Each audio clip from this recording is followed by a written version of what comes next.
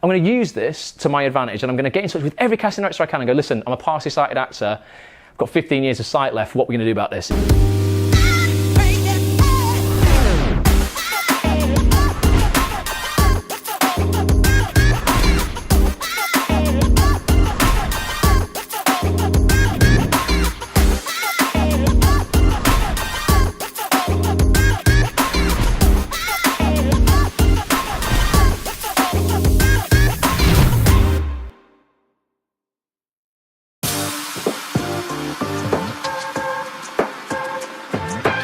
Welcome to episode 16, the one where we film on a Saturday.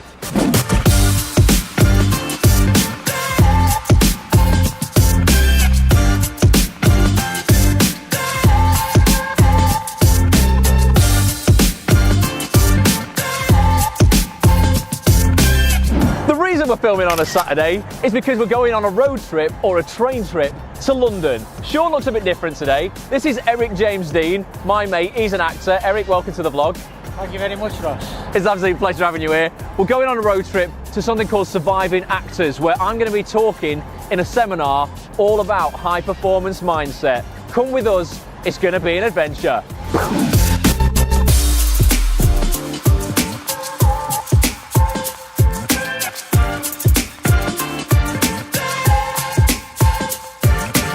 So we're on a train, I've had a brew, I'm feeling very lively indeed. I'm getting ready with my seminar notes to go and deliver what, Eric? Straight up fire. Straight up fire. To these guys at Surviving Actors. I'm going to do a little test, Eric, right? This is one of the exercises I'm going to be getting actors to do at the start of this seminar. I want to practice it on Eric James Dean to just make sure it works. So you can see here, guys, I've got two circles, right? A blue one and a red one. Eric, I want you to look at them very carefully. Yeah? Right. Just stare at them very carefully, look at them, just describe them to me. What do you see?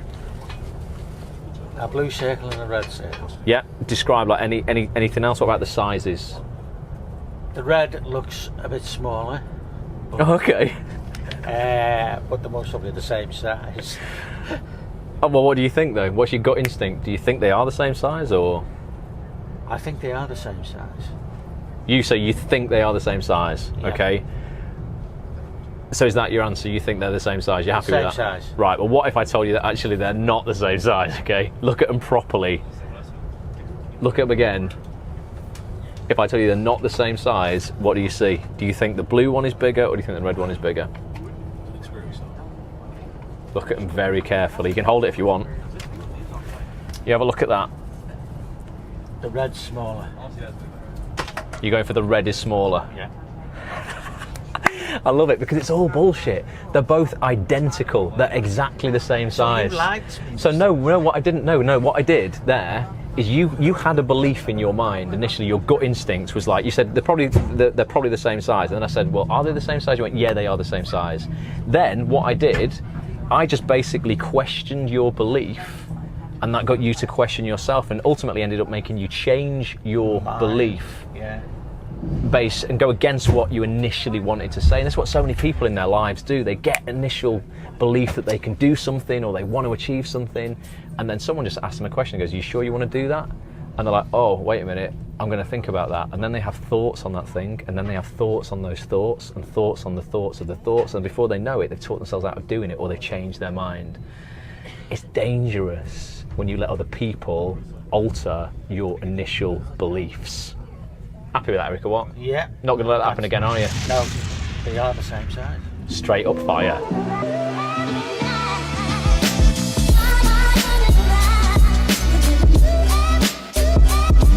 Let's go, Eric James Dean. Made it to London, time for the underground.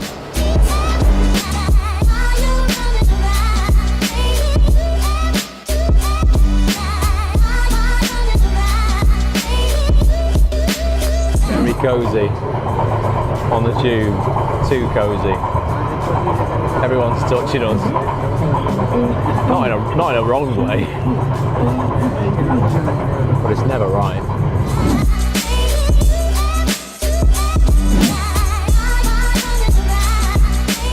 Oh, all right, Petch. What are you doing here?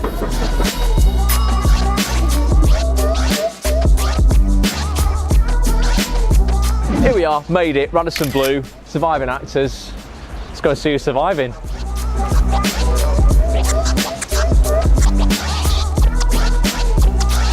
Delivering straight up fire. Sold out.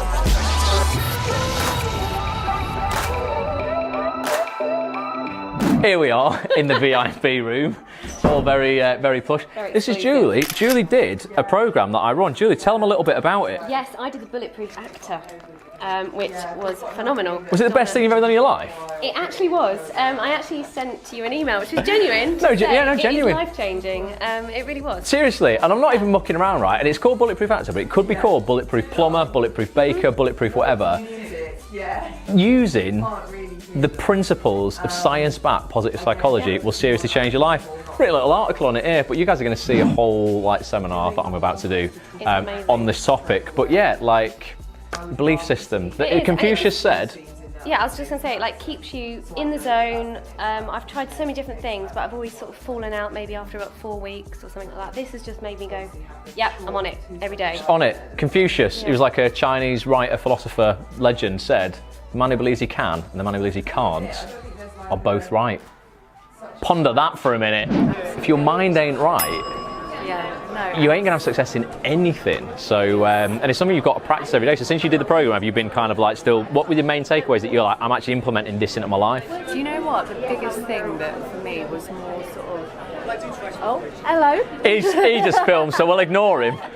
Biggest thing for you was? So the biggest thing for me was just showing up a little bit more, you know? So rather than, I am so much more aware now of this. It's responsibility. It's your responsibility, isn't it? This is a lot of people get confused. They're like, I'm going to blame the industry while I'm not working. I'm going to blame this casting director while I'm not working. And it's actually, you know what? It's no one's fault. Stop pointing fingers at here, here, here, and here. Start pointing fingers at this.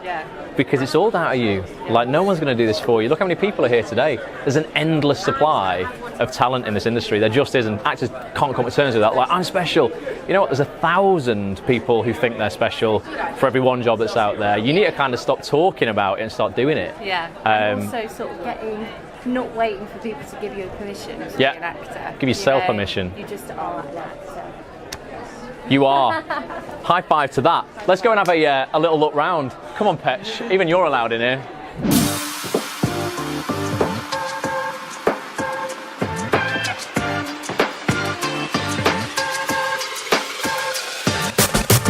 I've been recently following you and just looking at your bulletproof stuff. And that's been great. Emily, you want to get on it? It's amazing. Yeah, and I've been listening to your advice and stuff, and the last month I've joined Spotlight and now I've got Agent. Oh, amazing! And it's all going really well. It's kind of having a snowball effect. Just I'm listening. Honestly, to you, seriously, it's momentum when you start. And you keep taking action. You can't go anywhere but up. You forget little things about it. Honestly, and some of the things that we speak about on the broadcast, almost every broadcast, are still so easy to forget. We all know practicing gratitude is scientifically proven to be the fastest way to alter your state of being, and yet people don't practice it. We know we should be doing it, but who actually is actively thinking about things in their life they can be grateful for, writing those things down, rather than focusing on all the shit they haven't got and how sorry they feel for themselves because this person's doing better than them. I need constant reminding of that. This is Hugh Edwards, Gravy for the Brain. Seriously, I do a lot of voiceover. This company is super legit. GravyForTheBrain.com, yeah? Yeah, that's right. They do all, you tell them. Talk it in this, Hugh. What do you do? Very quickly. Give them a 30-second pitch. 30 seconds. Okay, we have 16 voiceover courses. We have mentoring, 5 webinars a month. They're all recorded and they go into the webinar library. We have a jobs view, which imports jobs from around the world. Updates every 10 minutes, and there's usually about 2,000 or 3,000 jobs in there. Bloody hell. We have a lot of other stuff. We have the CRM, we've got a talent finder website, all aimed at trying to help voiceover artists in the industry. Seriously, check it out. Come on, Petch. We're going backstage again.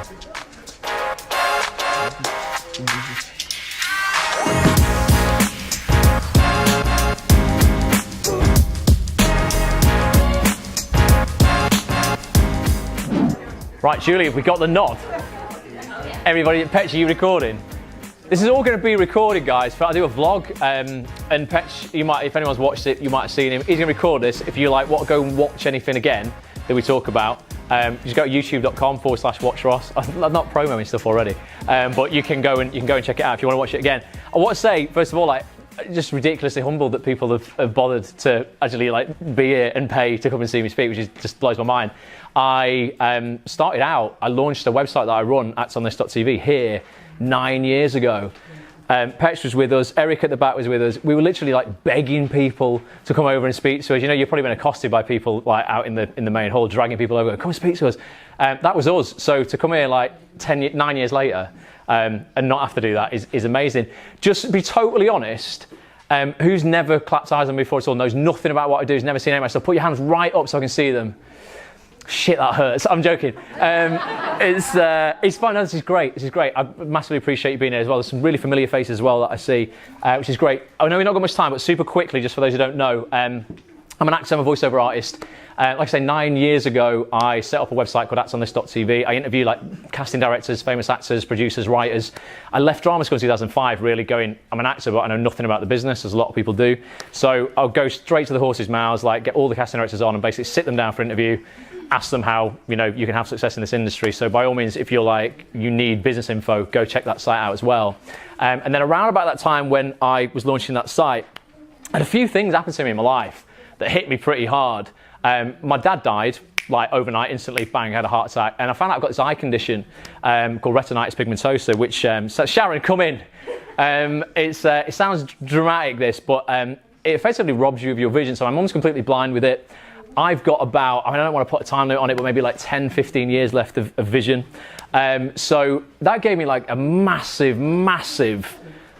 effectively like a punch in the face, but like a real dose of self-awareness to go, Ross, you've graduated from drama school, you want to be an actor, you're working in a flipping shop in the Trafford Centre, you're telling yourself, you know, you can't have success for this reason, that reason, you know, the industry's hard, all these bullshit excuses that I was using. And it took something massive in my life, 2 hits, like bang, bang, to kind of wake me up from that and actually go, well, you know what, like, you need to start taking action to get what you want, because you're doing a lot of this, but you're not taking any action on it, you know. So I got heavily into positive psychology. A friend of mine was doing a master's degree in LA at Claremont University. I had a chance meeting with him when he was over in the UK, and he basically just had a little chat to me about what I was doing in my life and where I was going wrong, and it absolutely transformed my life, my success. Within 12 months, I'd left that shop. I'd landed a really decent agent.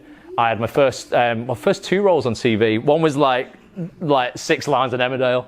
But the day after that, I filmed a drama with Peter Capaldi and Juliet Stevenson called Accused, which was amazing. I'd gone from like in the shop doing nothing to working with 2 legends. And I was like, this stuff just works. It just flat out works. So I started coaching actors on it. It's a massive part of my life today. I'd run a program called Bulletproof Actor that comes out once a year. And I do 2 completely free live broadcasts a week, coaching people on the science of success, positive psychology. I'm obsessed with it. So that's my background.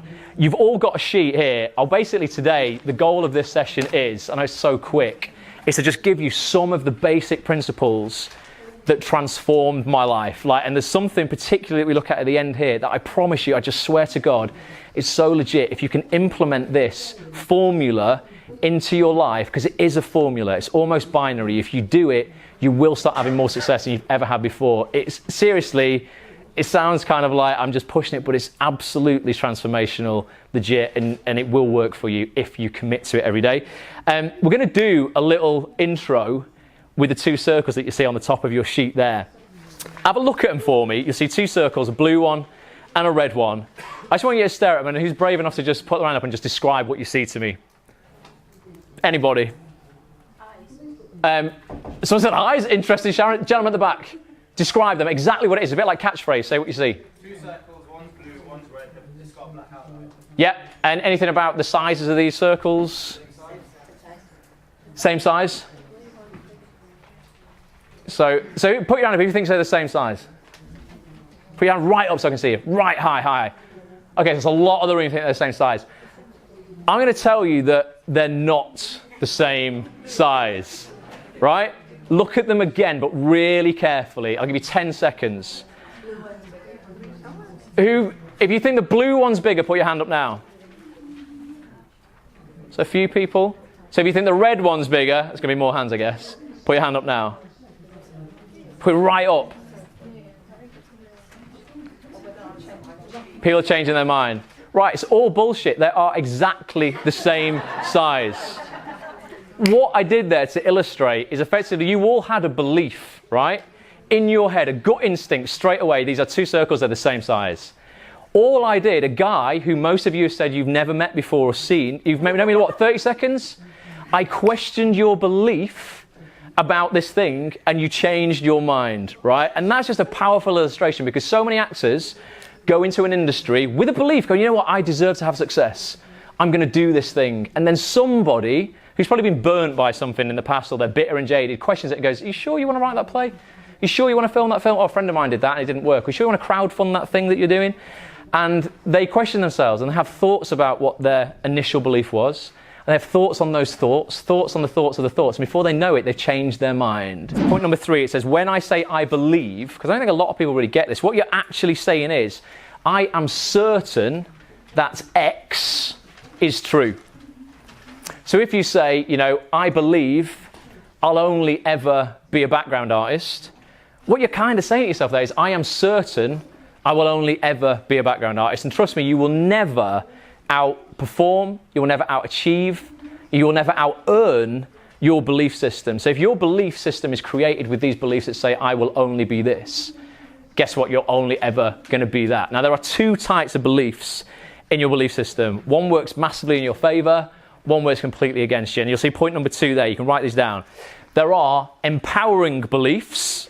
And what do? Empower you. Exactly. These are the beliefs that kind of keep you up late at night. They're the beliefs that get you up early in the morning. They're the beliefs that excite you. You know what? I'm going to write this film. A friend of mine, I'll tell you about in a minute, wrote a film last year. She filmed it. Had a huge amount of limiting beliefs around why she couldn't do that. We pushed her through that. She just flew out today to go to the 90th Oscars luncheon because she's nominated for an Oscar for this film that she wrote for the first time last year. Never written anything before. A proper Oscar nomination, like literally will be there with the A-listers. She'd never done that before. But, you know, had she listened to all the beliefs, you know, in her head that are like, you know, I can't do this thing, which is the other type of belief, limiting beliefs. So we've got empowering beliefs, the exciting ones that go, yes, I can do this. And limiting beliefs, that are the ones that say, I can't do this, I'm not qualified, I'm not good enough for this, I'm not good looking enough for this, I'm not from the right family. Whatever that is for you, they're the things that can absolutely sabotage you. So empowering beliefs and limiting beliefs. You've got to stop doing what everybody else is doing and just start looking at some of the things that make you unique. And I know this is massively cliched, but this blows my mind when I think about this.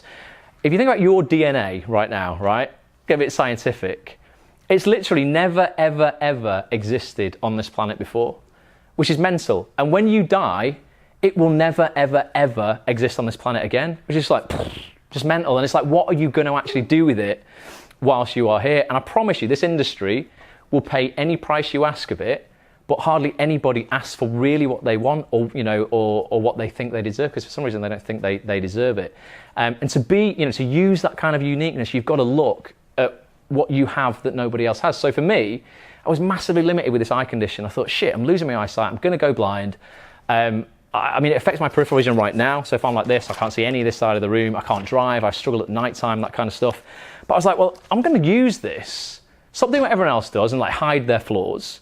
I'm going to use this to my advantage, and I'm going to get in touch with every casting director I can and go, listen, I'm a partially sighted actor. I've got 15 years of sight left. What are we going to do about this? Is there any? I just need some help. You know, can you bring us in for stuff because like I really want to do this while I can. And a guy called Jack Thorne, who's a BAFTA-winning writer, an incredible guy, decided he was going to write a drama based on this eye condition. And I got a really decent part. He wrote me in specifically because of this in a drama that went on to win the BAFTA for Best Single Drama. We want to get to a point where our emotions serve us, where we stop serving our emotions. And this industry is just so rife with that, where actors are walking around and their emotions are controlling them. They're not controlling their emotions. If you want to be a good actor, what do you need to be in control of? Your freaking emotions. Thank you guys, like so much. I appreciate you so much for like being here. Blows my mind that like you'd turn up for this. But yeah, check out, please go and get those videos, bulletproofactor.com. Read the article on fear in the program. And if I can do anything for you, please just hit me up. Tweet me after this, let me know what you thought. How are we doing? Just say thanks for the talk. I've been following you like. Oh, what's your name? Jay. Jay, amazing to see you, man. Yeah, no, great talk. What's your username? J4 something, is it? Yeah. Yeah, man, I know you.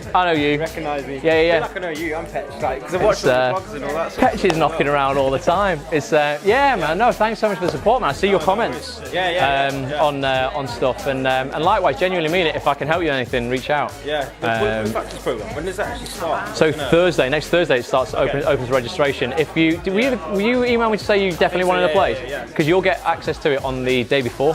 So I've got a list of all the people who are just like, look, I just want to do it. So because there's only going to be 50 places on that VIP one, so I can't do any more than 50 because we do group coaching calls. More than 50, just like it's too big.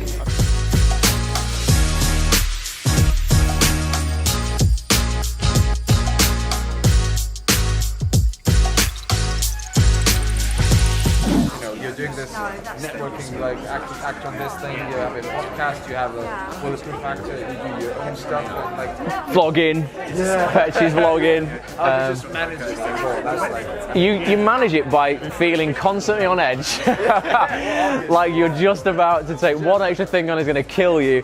You become comfortable with feeling uncomfortable. That's it. When you realise that actually, you know what? If you're going to achieve the things you want to achieve in your life, that you've got to get comfortable with discomfort, and that feeling's never kind of going to go away, so you just kind of live with that, and you know when you're feeling it, you're probably on the right track.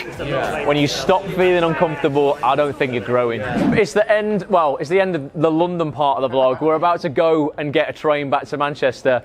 I want to say massive thanks to everyone who's turned out today. Anyone watching on the replay, well, it's not the replays, it's just the vlog. Anyone, I'm just so used to the replay. Anyone watching who isn't here but who saw my seminar today, thank you so much. How's everybody feeling? Bulletproof, baby. We brought straight up fire.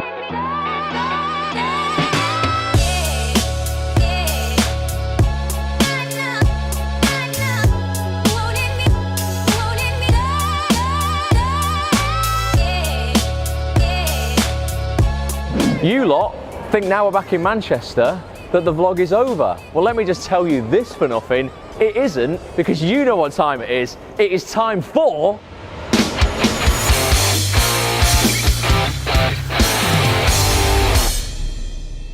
Boom! So we're all in the shot. I've got the wide lens on the camera, and it is time for Petch's Dice of Life. We're outside Petch's house. Eric James Dean is going to be replacing Sean this week. Thank you for stepping up to the plate, Eric. Not a problem. Petch, the noise really annoys me, but will you please roll the Yahtzee dice and let's see what topic we will be discussing this week. I hate it. I mean, like, I really hate it. I have one of those like weird things where you want to punch people when you hear noises you don't like. What is it? It's a 6. I'm trusting him that it's a 6. Remember, if it's a 4, he has to do a forfeit. So a 6 is, on my phone, it says here, the topic we're going to be talking about is fun and recreation. What do you want to talk about this week? It's fun and recreation, Petch. Well, as you know, it was my birthday on Wednesday. It was. He was 33. Thanks for all the birthday love, vlog viewers. But on my birthday, I always find it like therapeutic in a way, just to reflect back on the past about things that have happened. And I got thinking, like, if you could do it all again, would you change anything? Oh. If you could do it all again, would you change anything? I'm going to put a timer on this so it doesn't go over. I'm going to give us 3 minutes, boys, to discuss this. I want you to start then, Petch. You've got a minute, go. Well, I have to see, this is a tricky one for me because from your training, it's everything that you've done has led you to where you are now. Yeah. And if I hadn't gone through the adversities that I've faced, I wouldn't be where I am now. I could be in a much worse position, carrying on living an unfulfilling life. Yep. But, you know, I do miss times with my dad, and, you know, I miss those kind of conversations and his stories. I wish I could remember those stories. I would ask him to tell me them again. And I think it's interesting because I would agree with that. I don't think there's a lot you kind of like should allow yourself to regret in life. However, I'm with you. So actually all of us are in the same. I've lost my dad. You've lost your dad. Eric's lost his dad. We haven't lost them, like we've not just put them somewhere. just can't find them. Yeah, all our dads have passed away. And no, I agree with you there. There are things when I was younger that my dad would talk to me about and I would have no time for, in terms of, oh, Dad, I'm watching this, I'm watching that. Oh, that's all great, mate, but you know, that's lovely. We never appreciated our dads and our mums because life gets in the way. Yeah. And your life, my life, Ross's life gets in the way. And that, yeah, there are times where I'm like, you know what, kind of, yes, that has made me better. You know what, realising that I would love to have those conversations with my old man again has made me a better person in terms of I have more time for people and will listen to more people. But I would love to have those conversations with him. I'll never get that. So I think, do you know what? It's weird because I am like, never regret anything in your life. And I don't think you should. I think if you go back and go, would I change anything? It's not saying, oh, I totally regret it and it's crushing me. But I think it is okay sometimes to go, you know what? If I went back and I did it again, I wouldn't do that, or I would have more time for that person, or I would do this. And it not be you admitting some kind of defeat. Well, it's a thing that these sad events make us think like that, though, isn't it? Yeah. When we should have thought about that before the sad event. Yeah, but you don't get that realisation or that self-awareness until you've been through that event. So it's almost like impossible to know that until it's happened, and then it's too late. Yeah. Interesting. Well, that took 2 minutes and 15 seconds.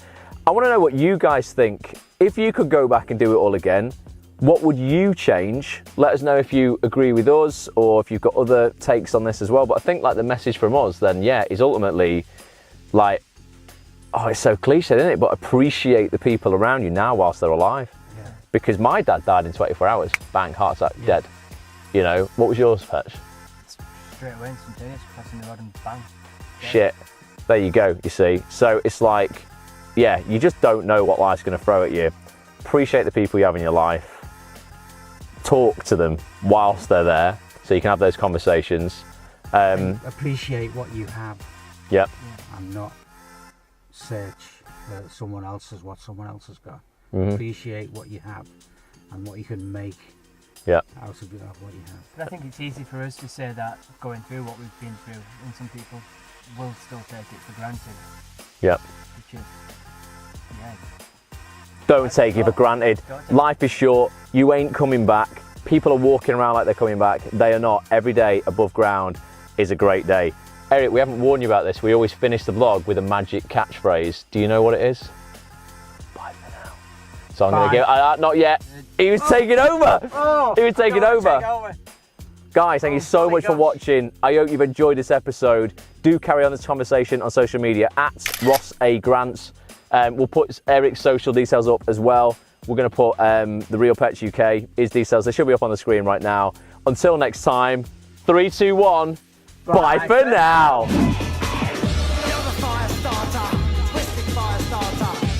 Thank you so much for watching this episode. It really would mean the world to me if you would leave a comment telling me what you enjoyed and what you would like to see more of next time. If you want to catch more episodes, head over to facebook.com/WatchRoss or youtube.com/WatchRoss. Make sure you subscribe and turn your notifications on.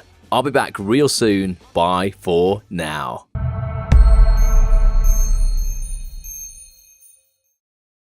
It's too busy down here for us northerners. On fire. But Eric's on fire. Literally on fire. It's very warm. On fire.